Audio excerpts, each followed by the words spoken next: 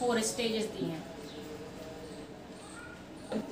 सबसे पहली है सेंसरी मोटर, ठीक है, सेंसरी मोटर स्टेज, यानी कि इसको बोलते हैं संवेदी गामक अवस्था। ये होती है आपकी 0 to 2 ईयर। इसमें जो बच्चा होता है वो जो कुछ भी सीखता है, जितनी भी चीज़ें मतलब सीखता है, वो जितनी भी एक्टिविटी करता है, वो सब कैसे करता है, अपने सेंसेस के थ्रू करता है, ठीक है। मतलब सेंसेस ही उसका टीचर है, ठीक है। जैसे आँख, ठीक है, जीभ, ये सेंसेस होते हैं ना, नोज़, ईयर, टंग, तो इन्हीं के थ्रू जितनी भी रिएक्शंस करता है वो इन्हीं के थ्रू करता है, ठीक है। तो ये सेंसरी मोटर, सेंसरी मतलब सेंसेस से, ठीक है। और दूसरा क्या है,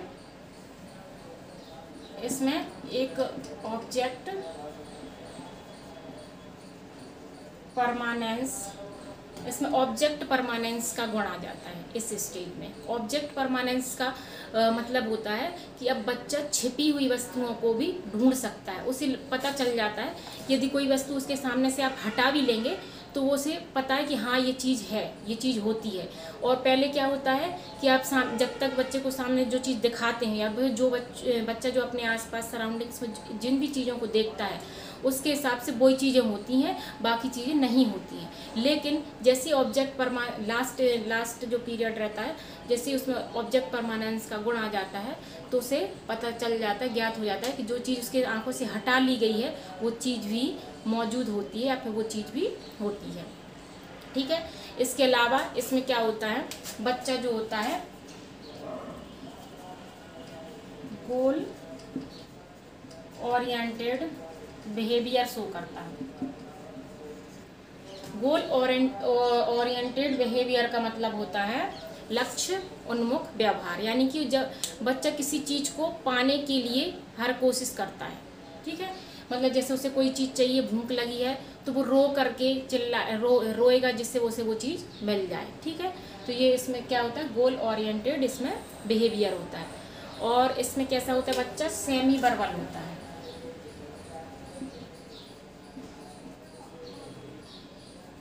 यानी कि इसमें बच्चा मतलब थोड़ा बहुत कुछ बोल नहीं पाता, इसलिए इसको बोलते हैं सेमी वर्बल बोलते हैं, ठीक है। नेक्स्ट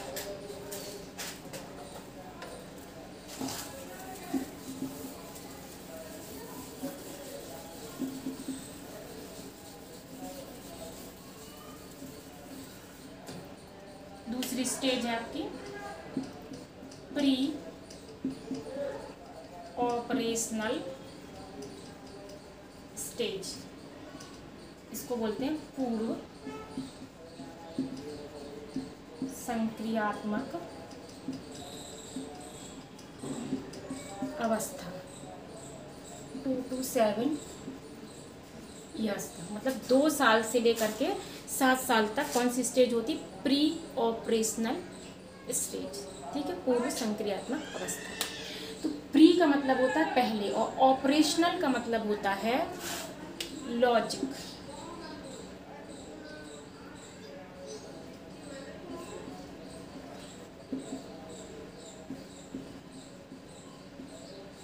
ठीक है। तो इसमें ये लॉजिक से पहले की अवस्था होती है। तो इसमें मेन पॉइंट आपको याद रखना है। सबसे पहला इसमें याद रखना है, इसमें जो बच्चा है ना उसमें एनिमिज्म का गुण आ जाता है।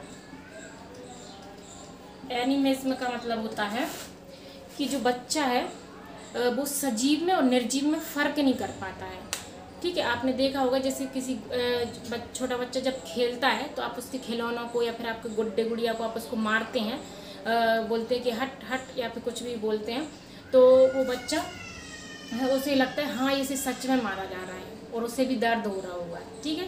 तो ये एनिमिज्म यानी कि जीव बात है। यानी कि और भी आपने एग्जाम्पल जनरली ज़्यादातर जो होता है, जब बच्चा नीचे ज़मीन पर गिर जाता है तो उसकी माँ उसे ज़मीन को मारने लगती है और बच्चे से बोलती है क्यों मारा तुमने, क्यों गिराया इसको, हाँ, तो बच्चा को लगता है हाँ ये ज़मीन भी जीवित है, इसने मुझे गिराया, तो बच्चा भी उसे मारने लगता है। तो ये होता है आपका एनिमिज्म, यानी कि बच्चा सजीव और निर्जीव में भेद नहीं कर पाता है कि ये कोई भी जीव है, तो ये उसे लगता है सब जीवित है। ठीक है, मतलब कोई भी चीज़ सजीव और निर्जीव में कोई अंतर डिफरेंस नहीं कर पाएगा वो। नेक्स्ट है, इसमें ईगोसेंट्रिज्म होता है।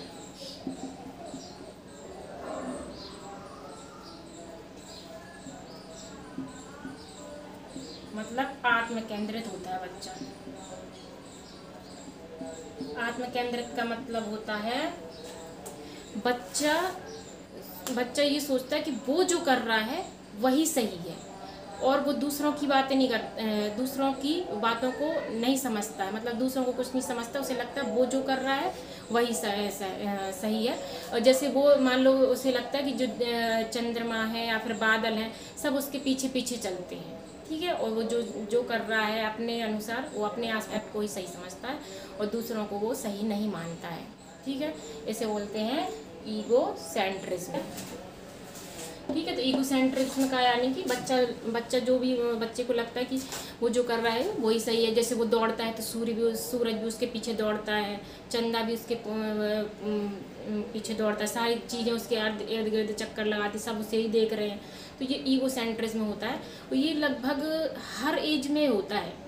ये तो मतलब ये जीन पियाजे के अकॉर्डिंग, जैसे आप कहीं पे भी जाते हैं या शादी पार्टी में कहीं जाते हैं, तो आप तैयार होकर जाते हैं तो आपको लगता है सब लोग आपको ही देख रहे हैं, लेकिन ऐसा वास्तव में नहीं होता है। ठीक है, नेक्स्ट है बरवल। तो बरवल का मतलब होता है, अब इसमें इस स्टेज में बच्चा बोलने लगता है, उसका भाषा का विकास हो जाता है, इसलिए इसे बरवल कहते हैं। ठीक है, सेंट्रेशन का मतलब होता है कि बच्चा सिर्फ एक कोई भी कंसेप्ट लेंगे तो उसका एक ही एरिया को देखता है, एक ही कंसेप्ट को समझता है। उसके अलग अलग आप उसके बारे में एक कोई चीज़ है उसके अलग अलग बारे में बताएंगे तो वो नहीं समझेगा, मतलब वो सिर्फ एक ही कंसेप्ट को समझेगा।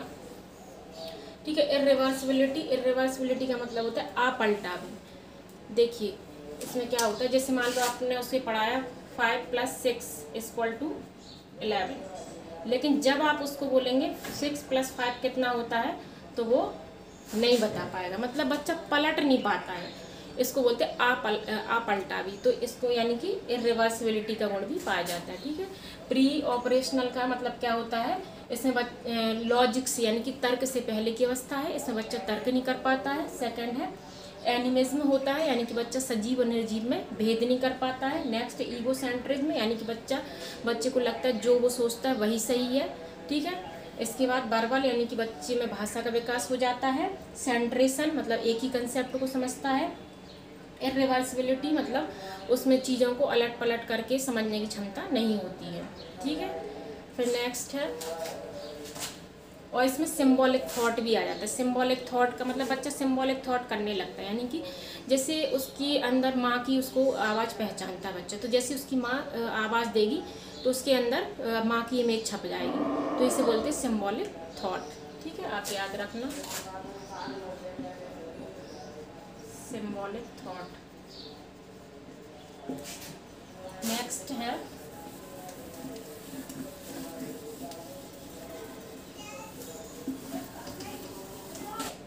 Concrete operational stage. ठीक है, तो इसमें कंक्रीट का मतलब होता है मूर्त, जिसे आप देख सकते हैं, छू सकते हैं, वो मूर्त है। जैसे किसी भी चीज़ का आपको कुछ समझाना है तो उसका मॉडल बनाते हैं। ठीक है, या फिर उसका डुप्लीकेट कोई चीज़ रख दे, जैसे आपको ट्रेन का कंसेप्ट पढ़ाना है तो आपको ट्रेन का मॉडल या फिर छोटी सी ट्रेन खिलौने वाली दिखा करके आप समझा सकते हैं।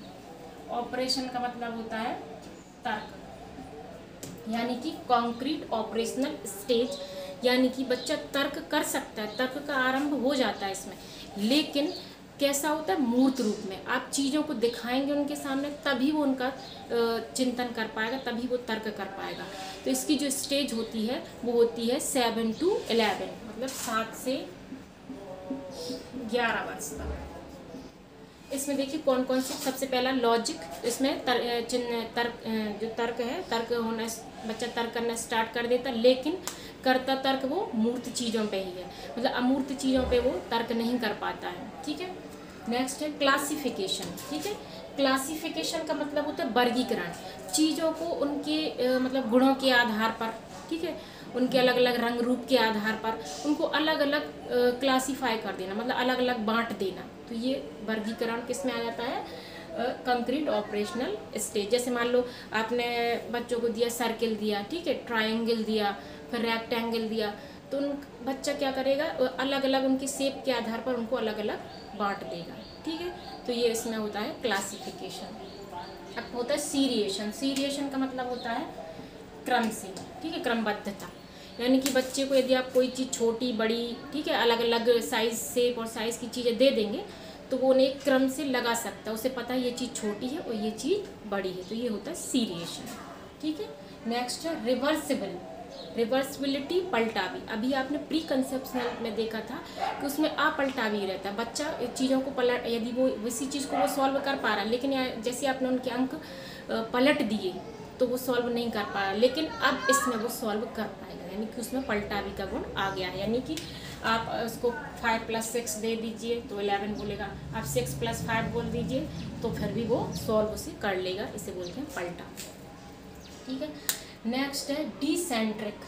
डिसेंट्रिक मतलब एक बार में कई चीज़ों के कंसेप्ट को समझ सकता है, मल्टीपल एस्पेक्ट को समझ सकता है, तो उसे बोलते हैं डिसेंट्रिक। यानी कि वास्तविक जगत से संबंध रहता है इसका। यानी कि डिसेंट्रिक का मतलब है अब सिर्फ वो एक चीज़ पर अटेंशन दे के चीज़ को नहीं सीखा, उसके बहुत सारे मतलब एक बार में अलग अलग चीज़ों पर वो ध्यान केंद्रित करके सीख सकता है, इसे बोलते हैं डिसेंट्रिक, ओके। नेक्स्ट है कंजर्वेशन। तो कंजर्वेशन का मतलब होता है संरक्षण बोलते हैं हिंदी में।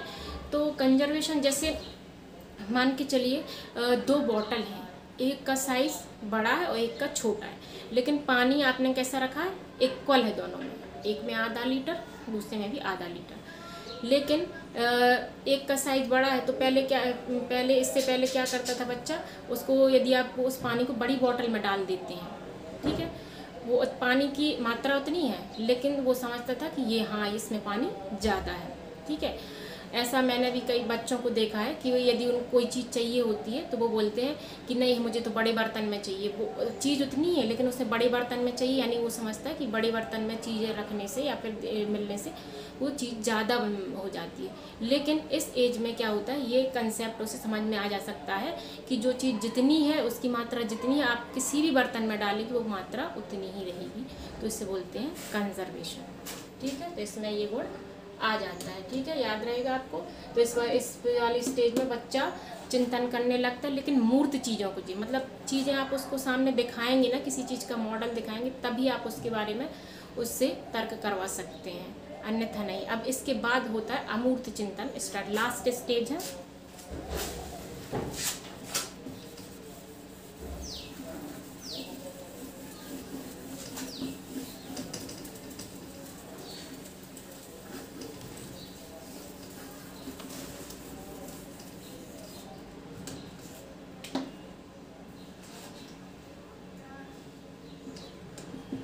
फॉर्मल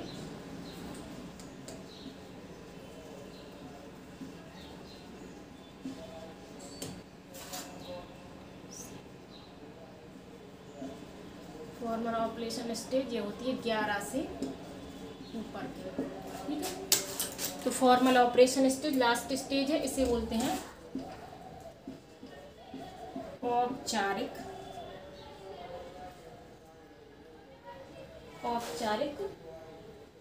या औपचारिक स्टेज भी बोलते हैं, और इसे बोलते हैं अमूर्त संक्रियात्मक अवस्था। यानी कि बच्चा अब इसमें तार्किक मतलब तर्क भी करने लगता है, और अमूर्त तरीके से, अमूर्त मतलब अब आप उसके सामने चीज़ों को नहीं भी लाएंगे तब भी वो चिंतन कर सकता है। तो ये हाई लेवल थिंकिंग एबिलिटी होती है, ठीक है। इसमें रीजनिंग का भी गुण आ जाता है, इसमें मेन इम्पोर्टेंट है, इसमें प्रॉब्लम सॉल्विंग भी आ जाती है।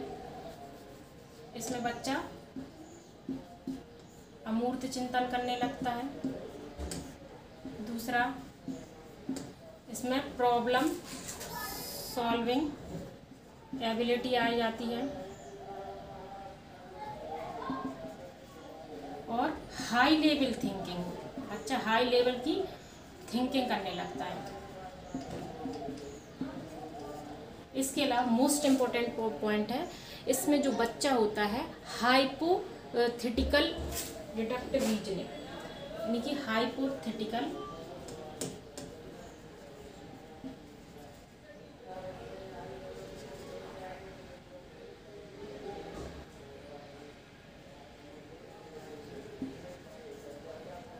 हाइपोथेटिकल रीजनिंग का भी इसमें गुण आ जाता है। हाईली इमेजिनेटिव हो जाता है, ठीक है, और हाईली उसका जो सोचने का तरीका, थिंकिंग एबिलिटी बढ़ जाती है, प्रॉब्लम सॉल्विंग एबिलिटी बढ़ जाती है, अमूर्त तरीके से चिंतन करने लगता है, ठीक है। और ये हाइपोथेटिकल रीजनिंग का भी इसमें गुण आ जाता है। तो ये आपके चारों स्टेज हो गए हैं, ठीक है। ये तो यदि आपको ये वीडियो पसंद आया तो लाइक करें एंड सब्सक्राइब करें। Thank you for watching.